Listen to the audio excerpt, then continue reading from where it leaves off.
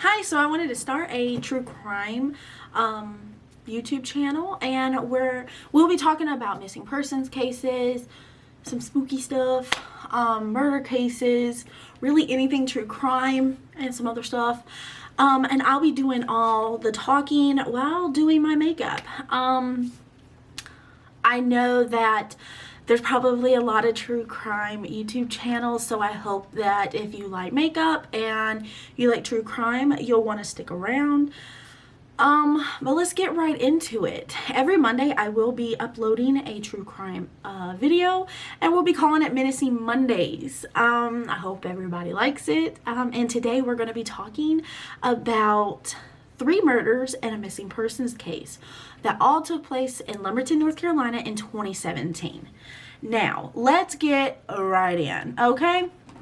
So we're going to be talking about the 3 murders that took place, and then we'll talk about the missing persons case because that comes, you know, after the murders. So we're going to go in order. So in Lumberton, North Carolina, on April 18th of 2017, authorities got a call from local residents in the area of Peachtree Street and East 5th Street claiming that there was a foul odor coming from this abandoned house. Now, authorities show up, they're, you know, doing a little look around, and that's when they go inside of this abandoned house and they find the body of Christina. She likes to go by Christine Bennett. Now, Christine Bennett, it was in some reports that she was naked, but there was also other reports that she wasn't, so it's a little iffy on that. However, they found the decomposing body of her, and it was noted that she did have a drug addiction, but that she was trying to get her life on the right track, and sadly she wasn't given that option. And now I think she has 4 to 5 kids, have to grow up without a mother. And that's really sad. Now, about 50 feet, I think they said. Maybe it was 50 yards. I'm not sure. I'm not sure, but I know that they said, you know, it was not far, like right outside the abandoned house, they found the decomposing body of Rhonda Jones. Now, Rhonda Jones was inside of a trash bin, and it was also noted that she had a drug addiction as well, but that she was also trying to get her life on the right track as well. Now, it was also said that she was naked, but I'm not completely sure. But that one was a little iffy as well. And this all took place on the corner of East 5th Street and Peachtree Street. It's a sad, sad thing to know that somebody, for one, killed someone, and secondly, just discarded their bodies in an abandoned home and on the street in a trash bin. Horrible. Horrible. Couldn't imagine. Authorities were literally just trying to do a sweep of the area, and that's when they found the body of Rhonda Jones. That's all. And that same day, that was on April 18th of 2017, and on that same day, they decided to do like a little look around and talk to people. Well, they were interviewing, the news was, this one lady. Her name is Megan Oxendine, remember that? And she was being interviewed about the murders, and at this point, I don't think authorities thought it was a murder, at least Christine Bennett, because she was just found inside of a house or abandoned house. But to be found inside of a trash can, I think it was blatantly obvious that someone put her in there. And they were interviewing this girl, and she was just talking about how, you know, like, this is horrible, like anybody would. And it was said that either Rhonda Jones or Christine Bennett was Megan Oxendine's friend. I could not figure out. I tried to see which one was her friend. Not that it really made a difference, sadly, but I couldn't figure out that. And so I just had to move on. But Megan Oxendine, she did the interview. That was April 18th. And sadly, some teenage boys were playing basketball and noticed a foul odor on East 9th Street. Now, they go to try to figure out what's causing this odor, and that's when one of the teenage boys spots the body of Megan Oxendine, the girl that was literally doing the interview. Like, this was June 3rd. She was, like, what, maybe 6 weeks later? She's murdered. She's naked. Just in a bush behind, yet again, another abandoned house. So that's very suspicious. And these teenagers run. They get help. Authorities show up. And that's when they determine, you know, I think it's pretty obvious that, you know, she was also murdered. But authorities, I don't know if they took these cases very serious, because it was also noted that Megan Oxendine had a drug issue. And so I think because they had a drug issue that they weren't taken seriously, because that was the last thing I heard. Last thing. And they sent their bodies off for autopsy to be done, and it came back, or spit. It came back that the deaths were undetermined. They don't know. They don't know. Maybe it's because they were, like, sadly, they were decomposed too much. Maybe that's what it was. I don't know. I don't know. That's what happened. And the reason I think that the police didn't take this very serious is because that was the last thing we heard. There was no updates. There was no reports of anything until 2020, when they said they had major breaking evidence. And what is that evidence? We don't know. Because I looked it up. I could not find it. And I think that they didn't take this very serious is because these young ladies all had drug addictions. Either they had, they were addicted before, but now they're sober now, or they were still in active addiction. Either way, I don't think they took this case very seriously. I think that they just wrote it off as, you know, like most cases when it comes to people that do drugs. Oh, well, it's kind of like you did it to yourself type of deal. I don't think that, I mean, they never actually say that, but they never take these cases seriously, ever. And so I think that's what happened. I think that they just didn't take it serious because of their drug addictions, and they were just like, okay, moving forward, which is horrible, really horrible. And that was all that was there. I haven't heard anything else. I've looked up everything. All it says, there's no new evidence, there's no new breakthroughs, nothing. They don't know who the killer is. They were ruled it was a homicide, foul play, suspicious, but they don't know who did it. They don't know how they died. They don't know anything. And if they do, they're just not telling us. Now, we're going to jump from June 3rd of 2017 to September 5th of 2017. So only a couple weeks later, okay? Well, months, but yeah. Abby Patterson came home from Florida, and well, not that same day, but she had came home from Florida previously to spend time with her family, and she told her mom, you know, like, hey, I'll be back in an hour. Well, her mom said, okay. Abby, you know, walked out of her house on East 9th Street. That was the same street that Megan Oxendine was found on. And she started walking towards Eaglewood Avenue. Eaglewood Avenue. Started walking that way, and then she got into a brown Buick. That was at 11:30 in the morning.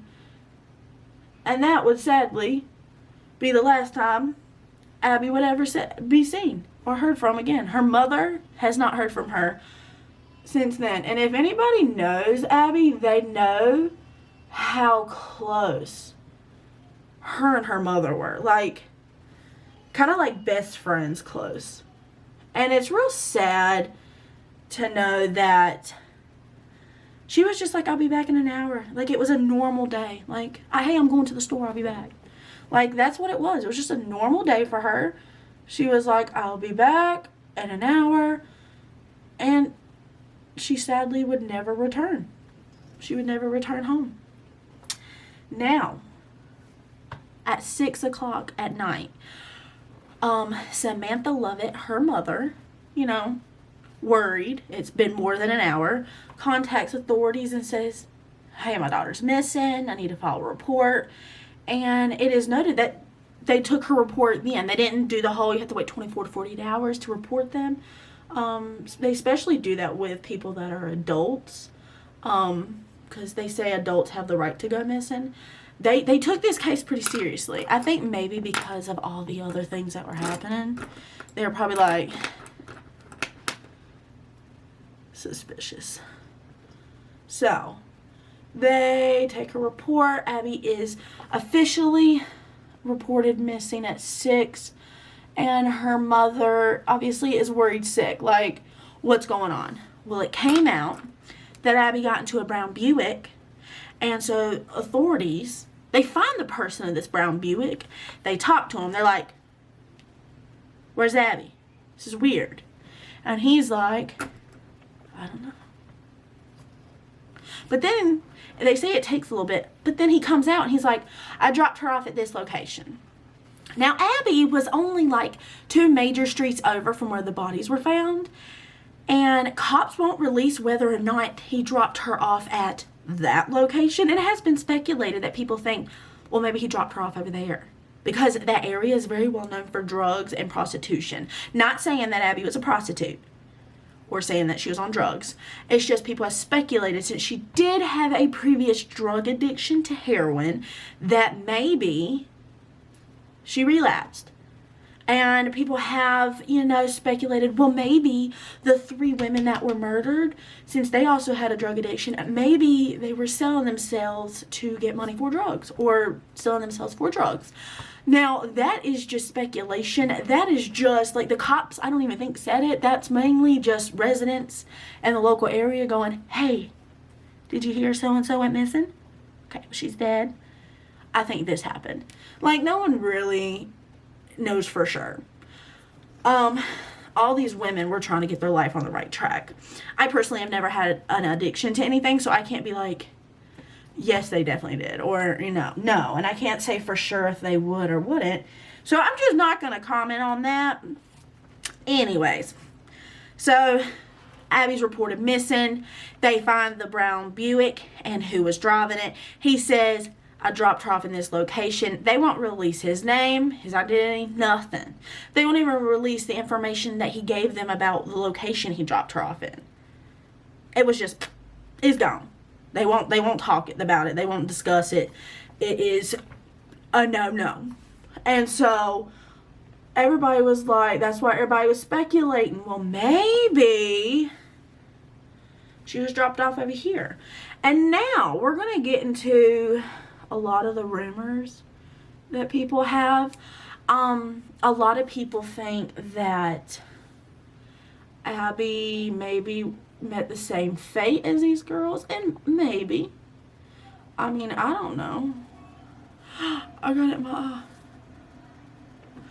I don't know. There's literally not much about the case besides, hey, Abby's missing, and it's suspicious. The cops did come out and say, you know, like, Abby, her case is similar to the girls' cases, maybe because, like, you know, she had an active drug addiction. Well, I don't know if it was active, but she was addicted to heroin at one point. Like, if Abby was out there, she would contact her mom. And so that's what makes me feel like this is a little suspicious. I mean, I don't know. With how much she and her mom were like buddy, I feel like she would have contacted her mom and been like, I'm completely fine. I needed my own space, or I just wanted to get away. I don't think she would just dip out like, peace. gonna go this way, and then just not write her mom, not talk to her mom, not get in touch with her mom, her dad, or her sister. Sorry, I just don't see that. And yeah, there's no information. This is what we do know. Abby Patterson went missing September 5th of 2017. She is approximately 5'7" and 140 pounds. She was wearing a white shirt and brown shorts at the time that she went missing. She's a white female and she's considered endangered. But again, if you know any information regarding Abby Patterson's disappearance and the murders of Rhonda Jones, Kristin, Bennett, and Megan Oxendine, you should come forward so these families can get closure. I mean, Kristin had 5 children at home and she was trying to get her life on the right track, and her children deserve to have answers. I mean, they were all human beings and no one deserves to take someone's life away. And if you know anything, you should want to bring that closure to the family. So if you have any information or you know someone that does, please tell them to come forward and contact the Lumberton Police Department at 910-671-3845. I will also have it in the description below. And if you're wondering what I'm wearing today, I'll also have that in the description below. But thank you for coming to Menacing Mondays. My name is Ashlyn, and this was the case of Rhonda Jones, Kristin, Bennett, Megan Oxendine that were tragically murdered in 2017, and the missing persons case of Abby Patterson from 2017. Thank you. Bye. But again, if you know any information regarding Abby Patterson's disappearance and the murders of Rhonda Jones, Kristin, Bennett, and Megan Oxendine, you should come forward so these families can get closure. I mean, Kristin had 5 children at home and she was trying to get her life on the right track, and her children deserve to have answers. I mean, they were all human beings and no one deserves to take someone's life away. And if you know anything, you should want to bring that closure to the family. So if you have any information or you know someone that does, please tell them to come forward and contact the Lumberton Police Department at 910-671-3845. I will also have it in the description below. And if you're wondering what I'm wearing today, I'll also have that in the description below. But thank you for coming to Menacing Mondays. My name is Ashlyn, and this was the case of Rhonda Jones, Kristin, Bennett, Megan Oxendine that were tragically murdered in 2017, and the missing persons case of Abby Patterson from 2017. Thank you. Bye.